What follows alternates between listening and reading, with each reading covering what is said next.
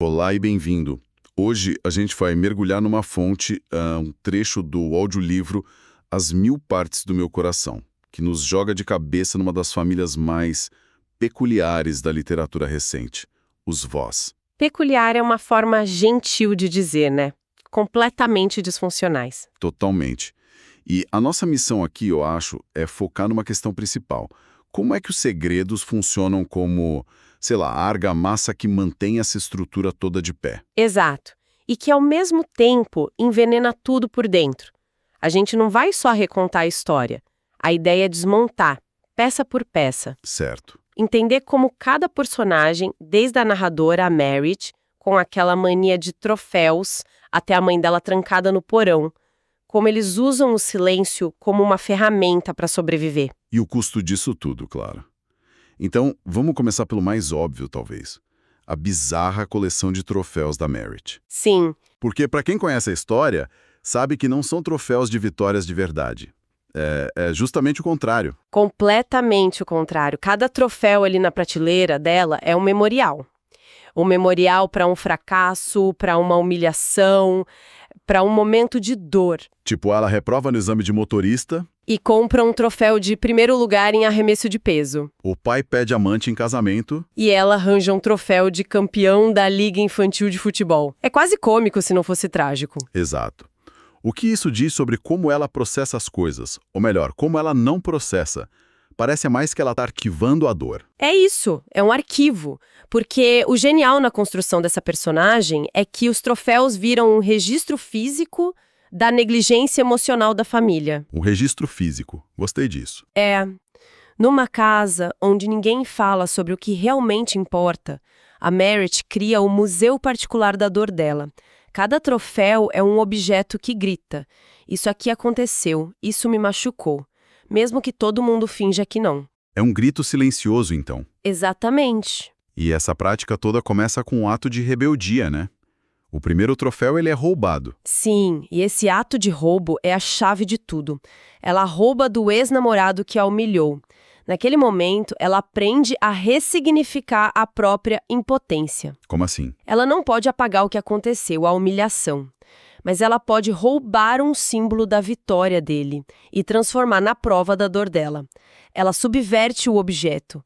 É uma tática de sobrevivência psicológica, sim, fascinante e muito triste, claro. O que nos leva para a cena no antiquário. Ela fica obcecada por um troféu caríssimo. Um concurso de beleza dos anos 70 chamado Botas e Beldades. Nossa, esse troféu é perfeito. É o cúmulo do absurdo, né? Uma mulher de vestido de gala, tiara e botas de cowboy com esporas. E a atração dela por esse troféu específico é muito, muito reveladora. A estatueta é uma contradição em si. Uhum. É a junção de coisas que não deveriam estar juntas. Tipo a vida dela. Ela se sente tão deslocada e absurda quanto aquela estatueta. Então, ao querer o troféu, no fundo, ela está querendo validar a própria estranheza. Dá um lugar de honra pro que ela sente que tá errado nela. Isso, exatamente. E é nesse antiquário que a história dá uma guinada. Ela conhece o Sagan. A atração é, descrita de um jeito imediato, quase de cinema. E o mais importante aí é a projeção. Antes mesmo de falar com ele, a Merit já decidiu na cabeça dela que ele é inteligente, respeitoso, divertido e artístico. Ela criou o cara perfeito. Ela construiu uma fantasia completa em torno de um estranho. Isso não fala sobre ele, fala sobre o tamanho do vazio que ela carrega, sabe? É uma ânsia desesperada por uma conexão que pareça de verdade. E essa fantasia chega no ápice na cena do beijo na praça. É intenso, poético, ela diz que ele tem gosto de sorvete de hortelã. Um detalhe tão específico. E ela se sente viva, se sente vista pela primeira vez na vida. Até que, O telefone dele toca. aí o mundo dela desaba. Porque essa é a ironia mais cruel da história. O único momento em que a Merit se sentiu de fato vista foi quando ela foi literalmente confundida com outra pessoa. É brutal. Ele atende e fala: mas você tá parada bem na minha frente. E a namorada dele, a Honor, a irmã gêmea idêntica dela. E tá ali. A humilhação é a frase que ela usa de se sentir como uma cópia carbono mal feita. É devastadora. Mas a minha dúvida é, Isso é só um acidente? Um acaso? Ou a autora está querendo nos dizer algo muito mais profundo sobre a identidade da Merit? Sobre como ela nem tem uma identidade própria? Eu acho que é totalmente intencional. Não tem como ser um acidente. Aquele momento é o microcosmo da vida dela. Ela vive na sombra da irmã, numa família onde ninguém a enxerga de verdade. Então o beijo não criou esse sentimento, só confirmou. Confirmou da forma mais dolorosa possível. Ela acreditou por um segundo que a fantasia era real, só para descobrir que ela era tipo a dublê da própria irmã. E essa sensação de ser uma cópia, de ser invisível, isso não nasce do nada. Vem de ter crescido naquele ambiente. A família Voss morando numa igreja. Exato. E a casa em si, a Dólar Voss, como eles chamam, é a metáfora perfeita para a família. Como assim? Pensa bem. Uma igreja deveria ser um lugar de fé, de comunidade, de verdade. Mas foi comprada por um motivo totalmente egoísta e virou um lugar de segredos, isolamento, fachada. É verdade. Eles mantêm a estátua de Jesus e vestem ela com fantasia de Halloween. Ou com camisa de time de futebol. Eles tratam o sagrado como uma piada, da mesma forma que tratam os próprios laços familiares. E o motivo da compra da igreja já diz tudo. O pai, o Barnaby, ele não comprou por fé.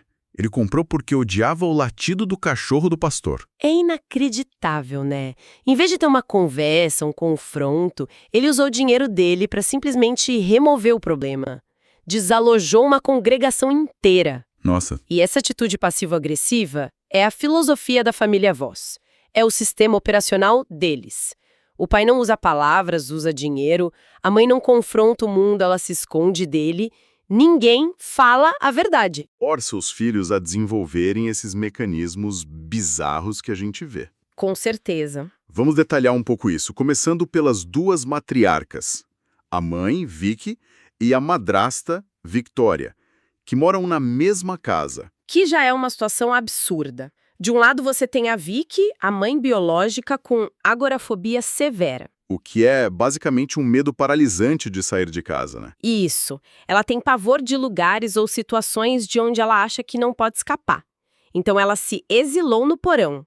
Ela transformou uma parte da casa na própria prisão para não ter que encarar o mundo, e nem o fato de que o marido a trocou pela enfermeira. E essa enfermeira, a Victoria, agora é a madrasta que vive no andar de cima.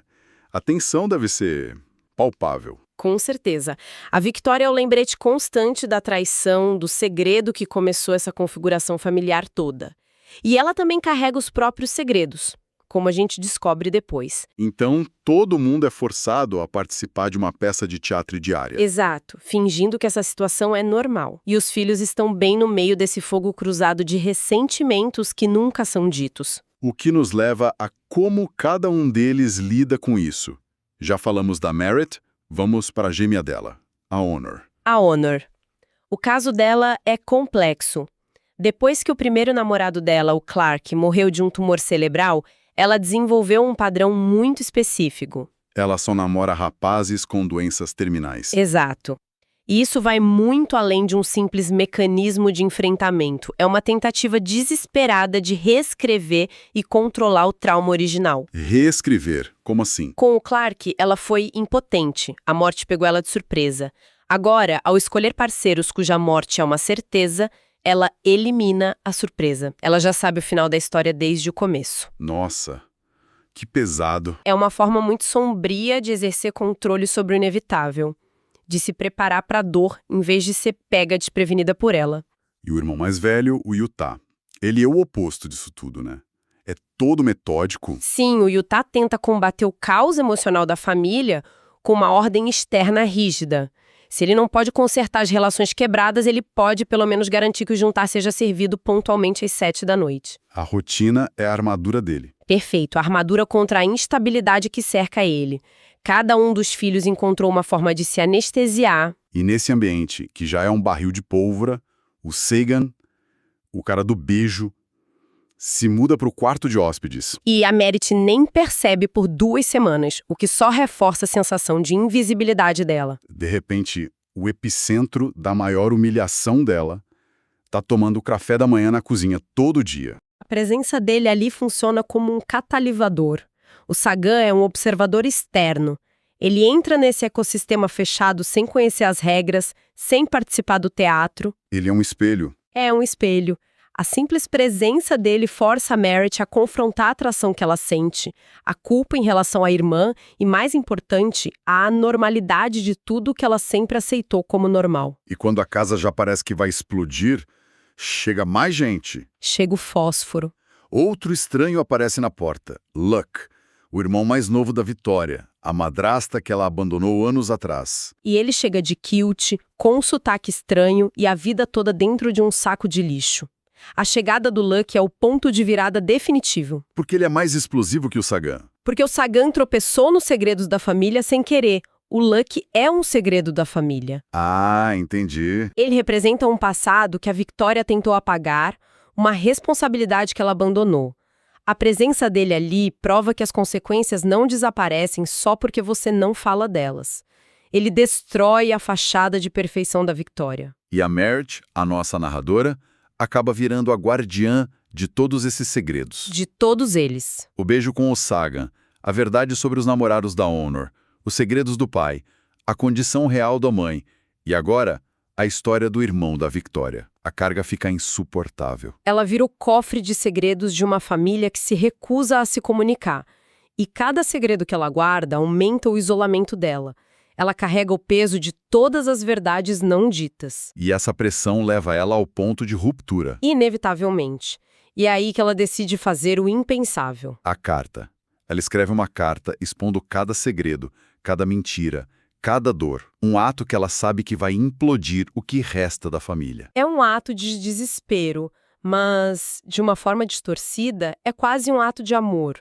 É a única maneira que ela encontra de forçar a verdade a vir à tona.